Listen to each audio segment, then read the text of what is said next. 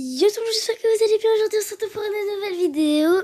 Comme moi ça va nickel. Et on se retrouve 13 nids qui vont tester ton intelligence. Donc on va faire 13 nids. Ça va durer 10 minutes, donc on va en faire que 10. Voilà. C'est sympa, n'hésitez pas à aller voir la chaîne. Peux-tu te qualifier comme un maître de l'observation, de logique et d'intuition? Voilà. Voici 13 énigmes courtes pour mettre ton cerveau au défi et pour essayer de prouver pas. 1. Mauvaise intention. Attention. Une femme a invité son amie à dîner. Elle a préparé un repas fait de purée de pommes de terre et de rôti de bœuf. Pour le dessert, elle a coupé une pomme en deux et a offert la moitié à son amie avec un peu de crème fouettée en accompagnement et a mis le reste de la crème dans un bol séparé. Ensuite, elle a mangé son morceau de pomme. Son amie est morte empoisonnée, mais la maîtresse de maison a survécu malgré le fait qu'elle ait mangé la même pomme. Comment est-ce possible? Parce que la crème fouettée était empoisonnée, je pense.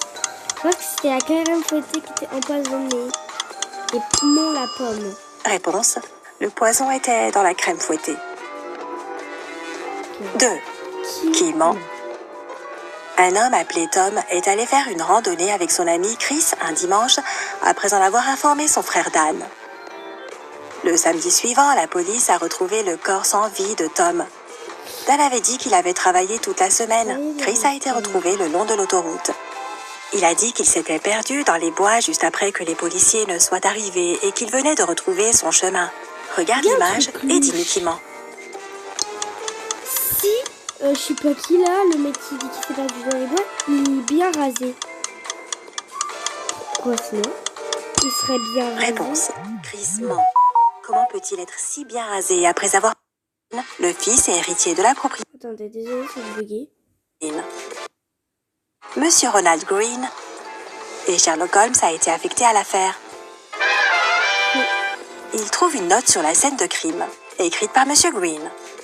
Il lit 1er de janvier, 2e de septembre, 2e de mars, 4e de juin. Sherlock a tout de suite compris que le nom du tueur était écrit sur ce papier. Les suspects sont les suivants. Jack Green, le fils et héritier de la propriété. Jean Jacobson, un employé de Monsieur Green. June Green, la femme de Green. Sherlock a trouvé le nom du tueur en un instant. Et toi? C'est John parce que le 1er de janvier c'est J, le 2e de septembre c'est E, le 3e de mars c'est A et le 4e de juin c'est Réponse. Le ravisseur est Jean Jacobson. Je suis trop forte. Prends ces détails en compte.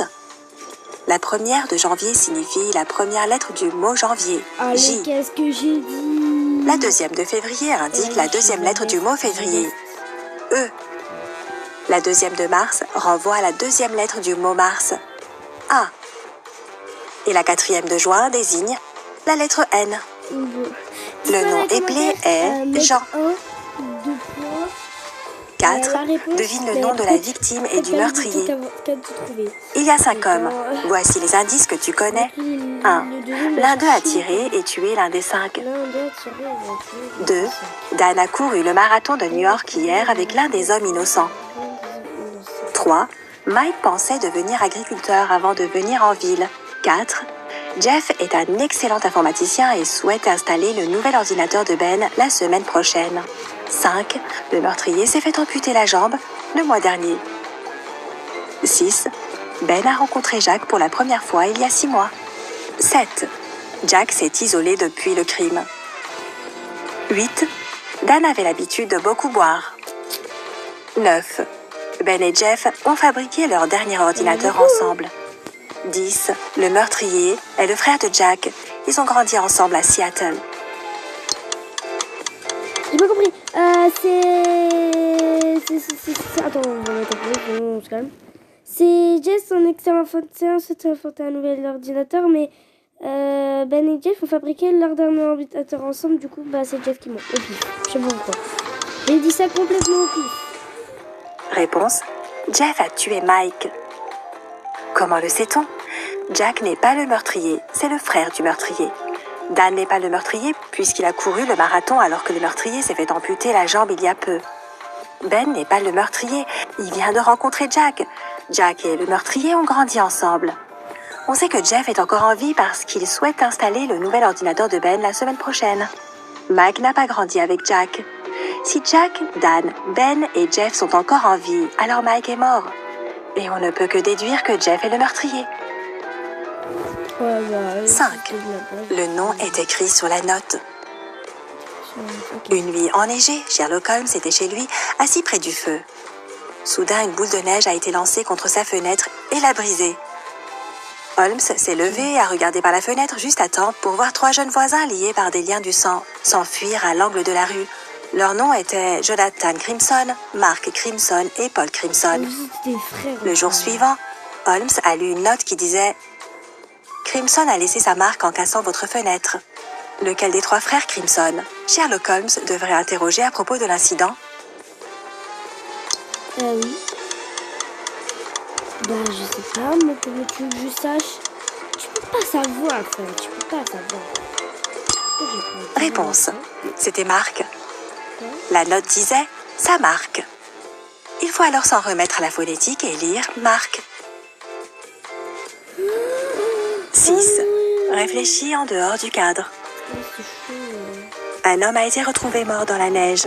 La seule preuve que l'on ait sont 2 empreintes de pied entre 2 lignes parallèles. Qui est recherché par la police?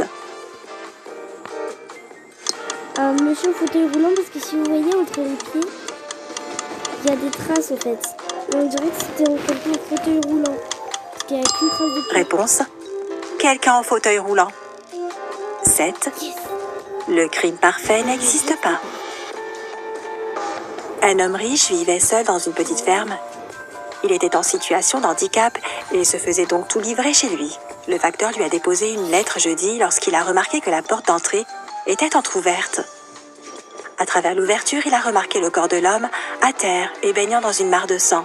Sur le porche, il y avait 2 bouteilles de lait, le journal de lundi, un catalogue, des prospectus et une lettre restée fermée. Lorsque Sherlock Holmes est arrivé à la ferme, il a dit à la police que le tueur était le facteur. Pourquoi? Comment l'a-t-il su? Parce qu'il n'a pas déposé le mardi et mercredi. Il manque le mardi et le mercredi, donc c'est pour ça qu'il n'a pas déposé le mardi et le mercredi. Il l'a tué. Réponse. L'absence des journaux de mardi et mercredi indique que le facteur savait que l'homme était mort et donc que personne ne les lirait. 8. Un voyage difficile. 2 amis sont partis pour faire de la randonnée, mais un seul est revenu de ses vacances et a dit que son ami avait glissé lors de la randonnée et qu'il était mort. Après investigation, la police l'a arrêté en disant « Nous avons reçu un appel de votre agent de voyage. Nous savons que vous avez tué votre ami. » L'homme n'avait parlé du voyage à personne. Alors comment ont-ils su que c'était un meurtre?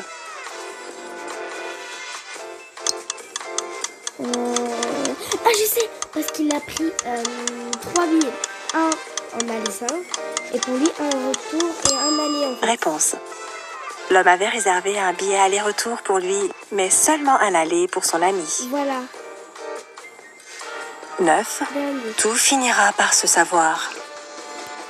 Un homme appelé Evan a appelé la police en disant qu'il avait trouvé le corps de son ami Liam sur le rivage. Il a dit qu'il avait prêté sa maison en Californie à son ami durant l'été et qu'il venait juste de revenir d'un mois de vacances en Argentine pour le rejoindre, mais qu'il l'avait retrouvé mort. Lorsque la police est arrivée, ils ont instantanément compris qu'il mentait. Regarde la photo et devine pourquoi. Parce que s'il est en Argentine, c'est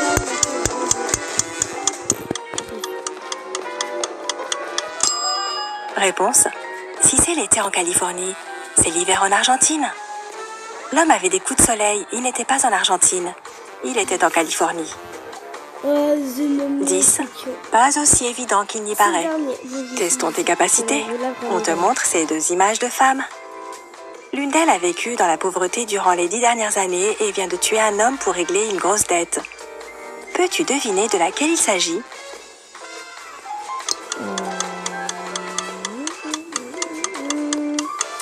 Attendez, par contre, une minute. On va mettre en pause parce que sinon c'est trop dur. C'est celle-là en pauvre parce que sinon, si elle est pauvre, comment elle aurait pu s'acheter de bijoux? Vous voyez le collier qu'elle a? Comment elle aurait pu s'acheter ça si elle était pauvre? Réponse A. Les gens qui ont moins de revenus disponibles ont tendance à dépenser plus dans des objets qui les font paraître plus riches, comme des talons hauts, des vêtements qui attirent le regard. Et si la marque peut être lue, c'est encore mieux. Et beaucoup de maquillage. Ils dépensent généralement plus que ce qu'ils ne gagnent, donc un réfrigérateur plein à craquer pour une seule femme devrait révéler la vérité. Ok, 11. Vous pouvez embrasser la... Alors voilà les amis, c'est terminé pour aujourd'hui. C'est une truc 1, donc j'en ferai une autre bien sûr. Ciao.